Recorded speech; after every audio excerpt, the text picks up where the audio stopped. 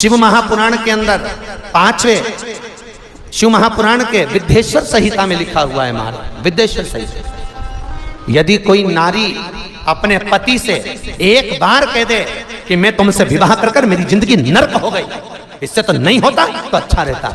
जो नारी अपने पति के साथ झगड़ा करते समय इस संबोधन को बोल देती है, वो नारी 1000 बार करवा चौथ का व्रत कर ले, सोमवार का व्रत कर ले, एकादशी का व्रत कर ले, उस नारी का सात्वित्व कभी नहीं रहता, उसका सात्वित्व भंग हो जाता है। केवल एक संबोधन कर बोध पर 33 कौटी देवताओं की धर्म पत्नियां भी तो 33 कौटी होंगी। अरे बोलो तो सही, इंद्र की इंद्राणी, ब्रह्मा की ब्रह्माणी, भगवान विष्णु की लक्ष्मी, शंकर की पार्वती, 33 कौटी देवता की धर्म पत्नियां भी 33 कौटी हैं। पर 33 कौटी देवताओं की धर्म पत्नियों का व्रत पृथ्वी पर नहीं होता। अगर पृथ्वी पर आज भी किसी का व्रत होगा तो माता पार्वती का होगा। कभी लक्ष्मी जी का व्रत होता है क्या? अरे बोलो तो, ये दिवाली पे तुम लक्ष्मी जी का व्रत कर लेती हो, ये तुम्हारे हिसाब से करती हो, शास्त्र प्रमाणित व्रत नहीं है ये कि कहीं लिखा हो शास्त्र में, किसी पुराण में नहीं लिखा कि दिवाली का व्रत करो। दिवाली पे तो राम जी आए थे, खूब लड्डू बटे थे, इसलिए हमारे यहाँ शास्त्र कहता है डट के चरो, खूब खाओ, व्रत भले ना। तो वो तुम भूखी रहे हो लक्ष्मी जी को बुलाने के लिए, वो तुम्हारा मन है, तुम्हारी सोच है। कई माताओं की आदत रहती है मैं तो शाम को खाऊंगी, आज मेरा दीपावली का व्रत है, खाओ 4-6 दिन मत खाओ तुम, तो उसमें क्या जाए। कभी लक्ष्मी का व्रत हुआ, एक वो व्रत माताएं करती वैभव लक्ष्मी का, वो शास्त्र प्रमाण में नहीं है, शास्त्र प्रमाणित व्रत नहीं है, वो आप लोगों ने बना लिया, आप लोगों ने कर लिया, वो अपने ऊपर है, पर शास्त्र का प्रमाण नहीं देता। लक्ष्मी व्रत, ब्रह्माणी का कोई व्रत है, सरस्वती का, सरस्वती का भी कोई व्रत नहीं, ब्रह्माणी का भी कोई व्रत नहीं है। केवल अगर इंद्राणी का कोई व्रत है नहीं, अगर व्रत मिलेगा तो केवल एक माता पार्वती का मिलेगा। क्यों? क्योंकि माता पार्वती कभी अपने प्रभु से, कभी अपने स्वामी से ऊंची आवाज में बात नहीं करी, कभी नहीं बोली। माता ने कभी भी ऊंची आवाज में अपने पति से बात नहीं करी। लक्ष्मी ने जरूर एक बार भगवान विष्णु से कहा था, एक बार भगवान विष्णु लक्ष्मी को देखे और लक्ष्मी श्रृंगार कर रही थी, देखकर भगवान नारायण को हंसी आ गई। हंसकर भगवान विष्णु जैसे खड़े हुए, इतने में लक्ष्मी ने कहा, वाह नारायण वाह, आप अपनी पत्नी को देखकर घोड़े जैसे हंस रहे हो, मैं आपको श्राप देती हूं नारायण, आप मुझ पर हंसे हो, आपका ये मुख कट जाए और तुम्हें घोड़े का मुंह लग जाए। लक्ष्मी ने नारायण को श्राप दिया था तो भगवान विष्णु का हयग्रीव अवतार हुआ था, हयग्रीवा को मारने के लिए भगवान का शीश कट गया था तो घोड़े का मुंह लगाया था। काय का मुंह लगाया? घोड़े का। लक्ष्मी ने नारायण को श्राप दिया। एक बार जब पुष्कर राज में ब्रह्मा जी यज्ञ करने के लिए बैठ रहे थे, ब्राह्मणों ने कहा जल्दी करो, ब्रह्माणी को बुलाओ, मुहूर्त निकल रहा है, बुलाओ ब्रह्माणी को। अब ब्रह्माणी तो तैयार होने में लगी, आई, ब्रह्माणी को बुलाया जाए, आती नहीं ब्रह्माणी, बस आ रही हूं तैयार होके चलो। होता है पति बेचारा गाड़ी में बैठ के हारन बजाता रहे, पत्नी बेचारी अपना रुमाली ढूंढती रह जाए, होता है।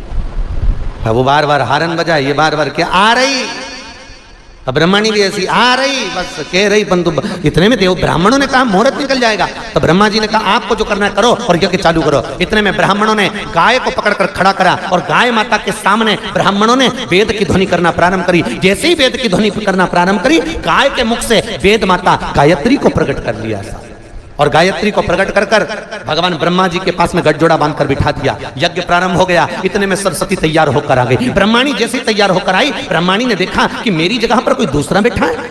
ब्रह्माणी क्रोध में लाल होकर बोली, ए ब्रह्मदेव, तुमने मेरे स्थान पर किसी दूसरी नारी को बिठाया है, मैं तुम्हें श्राप देती हूं, पृथ्वी पर कहीं तुम्हारे मंदिर नहीं बनेंगे। केवल एक पुष्कर राज की भूमि पर अगर तुम्हें मंदिर बनवाना है तो एक कन्या का कन्यादान करना पड़ेगा।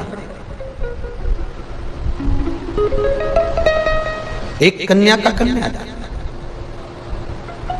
शास्त्र कहता है एक कन्या का कन्यादान कर दो तो भगवान ब्रह्मा का मंदिर बन गया। एक कन्या का कन्यादान कर दो तो वैकुंठ में अपनी सीट पक्की हो जाती है साहब, एक कन्या का कन्यादान करने से। और कई लोग तो बड़े भाग्यशाली होते हैं जिनके यहाँ 4, 5, 3, 2, 1 इतनी कन्याओं का कन्यादान होता है, भाग्यशाली मौका मिलता। और ब्रह्मा जी ने फिर कन्यादान करा था आपको सबको मालूम होगा, भांडिर वन में राधा जी अपने भाई मनसुख को भोजन देने आई थी और कन्हैया खेल रहे थे। नारद जी ने राधा और कृष्ण का विवाह भांडिर वन में कर दिया। इस विवाह को ब्रह्मा जानते हैं, राधा जानती है, कृष्ण जानते हैं, नारद जानते हैं। इसके सिवा इस विवाह को कोई नहीं जानता, बस ये जाना।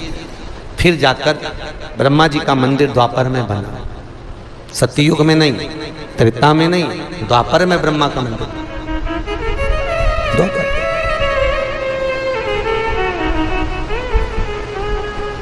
द्वापर मंदिर।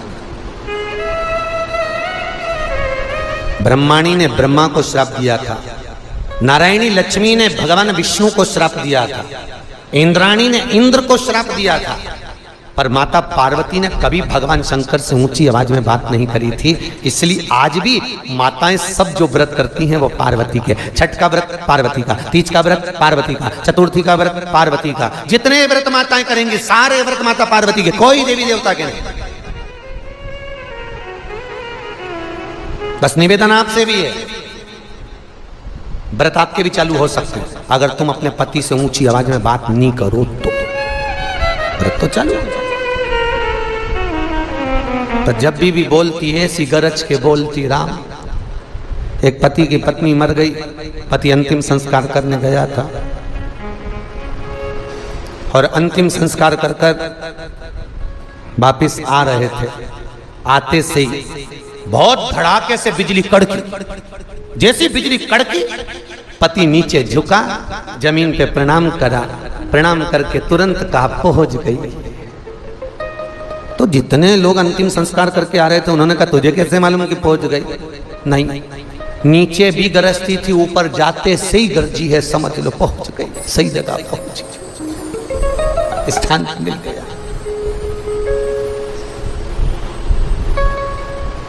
होता है। अब अनसुईया मैया पतिव्रता धर्म का पालन करती है। अनसुईया मैया पतिव्रता धर्म का पालन करती है, पति को परमेश्वर मानती है, पति के चरणों को नमन करती है, पति के चरणारविंद का स्मरण करती है, पति के चरणों को नित्य पति प्रणाम करती है। आप में से कितनी माताएं जो अपने पति को रोज प्रणाम करती है? जरा हाथ उठा लो। अरे एक आध उठा लो, शर्मा सुरमु में उठा लो, झूठा मुंह उठा लो। 1 2 3 4 4.5 नहीं, वो 4.5 इसलिए ऊपर करा था, गिरा दिया, मैं समझ लिया चतुर्थी के दिन पड़ती होगी, केवल करवा चौथ के दिन। इतना तो मेरे को भी ध्यान दे हो, पर करना चाहिए, नित्य प्रति प्रणाम तो करना चाहिए।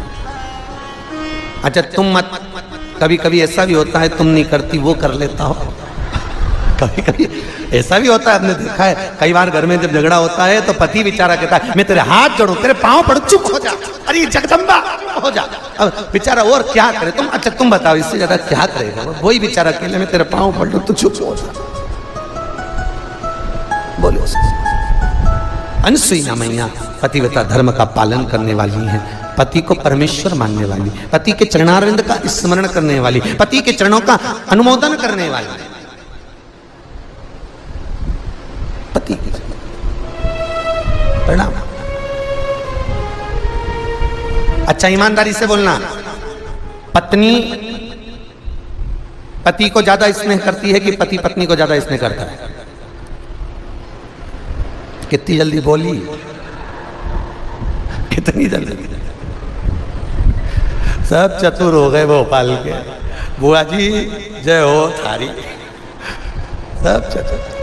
अब पर ऐसा नहीं है, पति बोलता नहीं है, उसका प्रेम उसका स्नेह दिखता नहीं है, पर शिव महापुराण में और भागवत में पति के चरित्र। अच्छा उसको भी जाने दो, तुम तो अपनी एक बात। एक पति गार्डन में घूम रहे थे और गार्डन में घूमते घूमते एक बड़ा सा कुत्ता आ गया और पत्नी जिधर चल रही थी उधर ही कुत्ता था।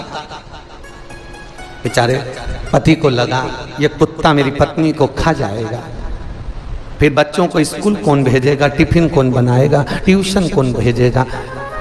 पति ने पत्नी का हाथ पीछे खींचा, कुत्ता और आगे बढ़ा। पति बेचारा घबराया, इसको खा जाए, कुत्ता मुझे काट खाए पर मेरी पत्नी को नहीं काटना चाहिए, मुझे काटेगा चल जाएगा, पत्नी को काटेगा, वो ना तो बच्चों को भेज सकती, ना उसके श्रृंगार करे, ना कुछ बच्चों का टिफिन बनाए, बेचारी बीमार पड़ जाएगी, मेरे को कुत्ता खा जाए पर मेरी पत्नी को नहीं काटे। उसने पत्नी का हाथ और पीछे खींचा, जैसे ही पीछे खींचा कुत्ता और आगे आया, और कुत्ता जैसे ही आगे आया देखा कुत्ता लपकने वाला है, इतनी देर में जैसे कुत्ता दौड़ा पति ने पत्नी को गोदी में उठा लिया, जैसे गोदी में उठाया कुत्ता भाग गया। कुत्ता भागा, पति ने पत्नी को नीचे उतारा, पत्नी गुस्से में लाल होकर बोली, तुम्हारे जैसा पति जिंदगी में कभी नहीं देखा मैंने, बताओ दुनिया के लोग कुत्ते को भगाने के लिए पत्थर उठाते, तुमने मुझे उठा लिया। अब बताओ बेचारा वो तो भला ही सोचा था, उसने कौन सा बुरा सोचा, उसने तो बेचारे ने भला ही सोचा कि मैं पत्थर नहीं इसको उठा लूं, इसको नहीं काटेगा, मेरे पाँव में काट खाएगा। तो ऐसा नहीं है कि पति इसने नहीं करता है, पर उसका इसने दिखता नहीं, बेचारे ने उठाया पर तो भी कुछ करे सो करे, जीवन का सुख पाना। भगवान अनसुईया मैया पतिव्रता धर्म का पालन करती है, पति को परमेश्वर मानती हैं, पति के चरणों का अनुमोदन करती है, पति के चरणों का स्मरण करती है, पति के चरणों का नाम जाप करती है अनसुईया। और जब पति के चरणारविंद का स्मरण किया गया, पति के चरणारविंद को नमन किया गया, अनसुईया मैया का सात्वित्व तीनों लोकों में छा गया। एक दिन लक्ष्मी जी ने भगवान विष्णु के सम्मुख में पार्वती और ब्रह्माणी को बुलाया, और पार्वती और ब्रह्माणी को बुलाकर कहा, सुनो हमने सुना है कि अनसुईया का सात्वित्व बड़ा प्रबल है, हाँ परीक्षा ली जाए, ठीक है ले। तीनों देवियों ने अपने अपने स्वामियों से कहा, जाकर अनसुईया जी की परीक्षा लीजिए। क्या परीक्षा लेना है? अनसुईया जी के दरवाजे पर जाकर भिक्षा मांगना, और भिक्षा भी मांगना तो नग्न अवस्था में मांगना, अनसुईया के वस्त्र नहीं होना चाहिए। एक नारी दूसरी नारी के लिए शब्द कर रही है कि भिक्षा मांगना तो ऐसी मांगना कि तन पर वस्त्र ना हो। भगवान विष्णु ने लक्ष्मी से कहा, हो लक्ष्मी ये कैसे प्रसंग करी है तू, तेरी बुद्धि, तेरी सोच, तेरी वृत्ति गई कहां, ये कहां चली गई? बहुत ध्यान देना, कल कथा में था, जैसा खाया अन्न, जम के बोलो, वैसा हो गया मन, जैसा पिया पानी वैसी हो गई वाणी, और जैसा पिया दूध वैसा बन गया बुद्ध, बुद्धि दूध से बनी। विचार करिए, अनसुईया जी की परीक्षा लेने का भाव लक्ष्मी के मन में कैसे आ गया? आया क्यों? लक्ष्मी के मन में यह प्रसंग कहां से आ गया कि अनसुईया जी की परीक्षा लो? मन में यह भाव कहां से आया, कैसे प्राप्त हुआ? कारण क्या था? हर चीज में कोई ना कोई एक कारण होता है जिसके कारण व्यक्ति उस क्रम तक पहुंचता है। हर चीज में एक कारण है।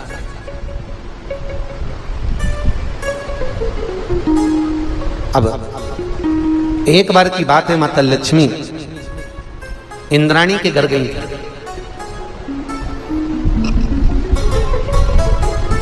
और इंद्राणी के साथ में मिलकर माता लक्ष्मी दक्षिणा देवी के दरवाजे पर पहुंचे,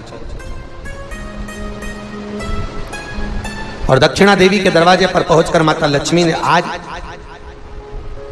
बहुत तेज भूख लगने पर दक्षिणा को 3 बार कहा, दक्षिणा मुझको भोजन चाहिए, भूख लग रही है, दक्षिणा न लाई। इंद्राणी दक्षिणा देवी के भवन में गई और बिना पूछे वस्तु को उठाकर लाई और लक्ष्मी को दे दिया। इंद्राणी और लक्ष्मी ने पा लिया। दक्षिणा देवी आकर देखी कि मेरे भीतर भवन में जो रखा था ये दोनों पा रही हैं, कोई बात नहीं, पर दोस्त तो है ना, किसी के यहाँ रखी। आपको पहले भी कथा में कहा, ये चोर तत्व तो कहलाएगा। भागवत जी में 5 तरह के चोर कहे, कितने? जम के बोलो जरा, 5। पहले नंबर का चोर जो किसी की वस्तु को बिना पूछे उठा, ठीक है, बोलते तो जाओ, हुंकारा भरते जाओ, ठीक है, भागवत जी में लिखा। पहले नंबर का चोर जो किसी की वस्तु को बिना पूछे उठाए वो भी चोर कहलाता है। दूसरे नंबर का चोर किसी के घर में बिना पूछे चले जाए वो भी चोर कहलाता है। तीसरे नंबर का चोर जो भगवान को दिए बिना पहले खुद खा जाता है वो भी चोर कहलाता है। चौथे नंबर का चोर किसी की रखी हुई वस्तु को ठोकर मारकर चले जाए वो भी चोर कहलाता है। पांचवें नंबर का चोर बाजार गया, गजक खरीदी, आइसक्रीम खरीदी, टॉफी खरीदी, जेब में भरी, अपनी पत्नी के कमरे में जाकर चुपचाप दोनों धनी लुकाई खा गए और बूढ़े माँ बाप को नहीं दिया, वो भी चोर कहलाता। वो भी चोर कहलाता जो अपने माता पिता को दिए बिना खा ले। शास्त्र कथा है, भागवत वर्णन करती है, अगर एक पुड़िया अपनी पत्नी के लिए लेकर आया था, 10 रुपए की गजक अपनी पत्नी के लिए लेकर आया था, तो 10 रुपए की पुड़िया अपनी बूढ़ी माँ के लिए, बूढ़े बाप के लिए बंधवा कर लाता तो चोर नहीं कहलाता। पर जो माता पिता को दिए बिना अपने कमरे में बैठकर चुपचाप खा जाए और बूढ़े माँ बाप को ना दे वो भी चोर कहलाता है। मुझे उम्मीद है भोपाल के लोग ऐसे नहीं होंगे।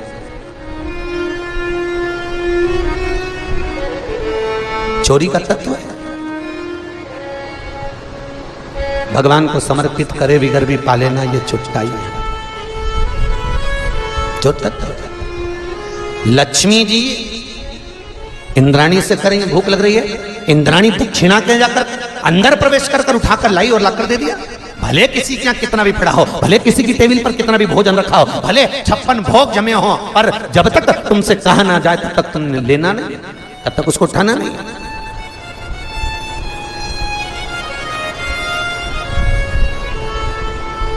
उसको स्वीकृत नहीं किया।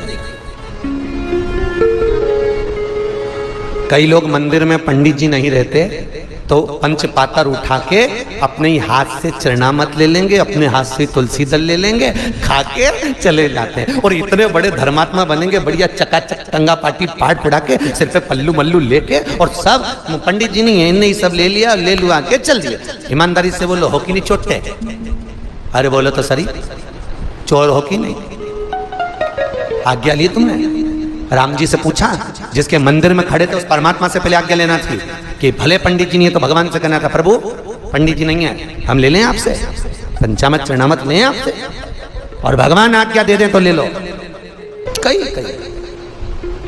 हम कई जगह मंदिरों में देखते हैं, कई जगह की तो जाने तो हम तो सियोर के मंदिरों की भी कहते हैं कि वहां पर भी यही क्रम। एक हमारे वो बगल में बड़ा बाजार में सत्यनारायण जी को मंदिर, तो वहां पर भी पंडित जी नहीं रहते तो वो जो जाए बस कूड़ के लेके चलते। अब कोई चोर तत्व है महाराज, उस तत्व से हमें वंचित छूटना, उस तत्व से हमें दूर जाना। कल एक प्रश्न था, मंटो जी एक प्रश्न आया था कल व्हाट्सएप पर, गुरु जी हमारे प्रश्न का उत्तर दीजिए, वृक्ष लगाना क्यों जरूरी है? प्रकृति का पेड़ लगाना, वृक्ष लगाना क्यों जरूरी है? मंगरूल नाथ से प्रश्न था, अमरावती से आगे मंगरूल नाथ, वहां से भेजा था, वृक्ष लगाना क्यों जरूरी? हमने कहा भैया उसका एक कारण स्कंद पुराण में लिखा हुआ कि मातृ ऋण, पितृ ऋण, देव ऋण, गुरु ऋण और लोक ऋण। कितने ऋण? 5। लोक ऋण, लोक ऋण मनुष्य पर कब चढ़ता है? जब उसका अंतिम संस्कार होता है। अंतिम संस्कार के समय पर उसके नीचे चिता जलाते समय लकड़ियां लगाई जाती है, उस लकड़ी में जो आग लगती है उस लकड़ी का ऋण मरने वाले की छाती पे चढ़ जाता है, उसको कहते हैं लोक ऋण। कौन सा ऋण है वो? लोक ऋण।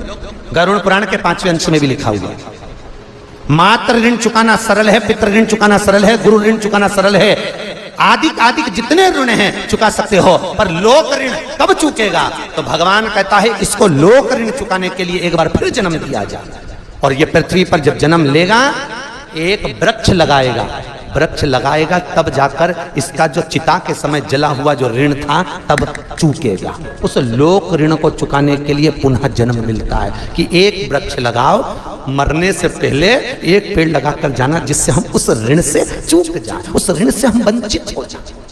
वो लोक, उस ऋण से हम दूर हो जाए। परिताप। आप में से किसी ने लगाए कि नहीं लगाए? लगाए सबने, लगाना चाहिए। एक वृक्ष अवश्य लगा कि हम मरेंगे और मरने पर किसी का ऋण लेकर नहीं जाना, मरने पर किसी को छाती पर बिठा कर नहीं जाना, उस ऋण से चूक कर जाना है, उस ऋण से वंचित होकर जाना। वो लोग तो पर दुनिया के लोग बस ये 2-4 ऋण बता देते, माता ऋण, पिता ऋण, गुरु ऋण, पर ये कभी नहीं बोलते कि प्रकृति का भी ऋण हमारे ऊपर लगा हुआ, उसको भी ध्यान दो और वो ऋण हो, वो लोग करेंगे।